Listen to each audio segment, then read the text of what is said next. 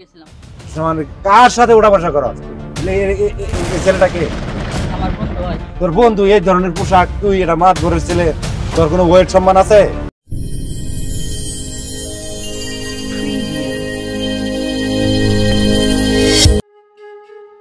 এই পুকুরে খাবার টাবার ঠিকঠাক মতো দিও, আর পুকুরে ভিতরে আটকে দিয়ে দিও। আসসালামু আলাইকুম। গেছিলাম। মানে কার সাথে ওঠা বসা করো? ছেলেটাকে আমার বন্ধু হয়। তোর বন্ধু? এই ধরনের পোশাক, তুই এটা মাত ঘরের ছেলে, তোর কোনো ওয়েট সম্মান আছে? তুই তো আমার কোনো সম্মানই রাখতেছিস না। তুই আমি হলাম এলাকার মাতাব্বর, তুই চলাস টুকাই মুকাই ঘরের সাথে। এই লেবরা সেবরা পোলাবান তুই কই পাস? ওদের সাথে উঠা বসা করাস? তুই চলবি তোর ওয়েটের মতো ওই রকম পোলাবানের সাথে। আমি যেন আর কোনো দিন এইরকম পোলাবানের সাথে তোরা চলতে না দিই, কথাটা যেন খেল থাকে। হ্যাঁ বাঁচতে কথা তো ঠিকই। তুমি একটা মাতাব্বরের ছেলে, তুমি ঘুরবার একটা মাতাব্বরের ছেলের সঙ্গে কি এক মূর্খ এক অদ্ভুত পোলাবানের সঙ্গে তুমি ঘুরো। আরে বাবা, আমার আগে কথাটা শুনেন, আমি কি বলি আগে শুনেন। আরে তুই চুপ থাক, তো দেখতে টুকার মতো দেখা যায়।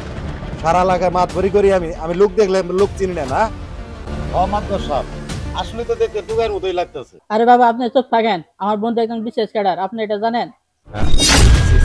চাচা আপনি চুপ থাকেন, আমি কিছুক্ষণ কথা বলি। অনেকে অনেক কিছু বললেন। আসলে চাচা, রাশেদ আমার ভালো একটা বন্ধু। ছেলেবেলা থেকে আমরা একসাথে লেখাপড়া করছি, তার জন্য আর কি আপনাদের গ্রামে আসছিলাম। যাক, আমি লোকের মুখে শুনছি আপনি অনেক বড় একজন মাতাব্বর, আপনার ভিতরে অনেক জ্ঞান বুদ্ধি আমি ভাবছিলাম। কিন্তু চাচা না, আপনি এই কাজটা আমার সাথে করা ঠিক হলো না। আপনার মতো মানুষ হয়ে পোশাকে বিচার করেন, ছি চাচা, এটা কখনো কল্পনাতেও ছিল না। আচ্ছা চাচা, ভালো থাকেন, সুস্থ থাকেন, আসি। আসসালামু আলাইকুম।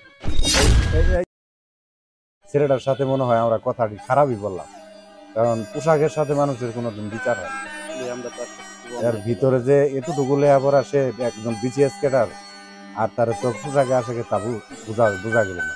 আমরা মনে হয় ভুলই করছি। চলো এরপরে আর কোনোদিন ভুল হবে না।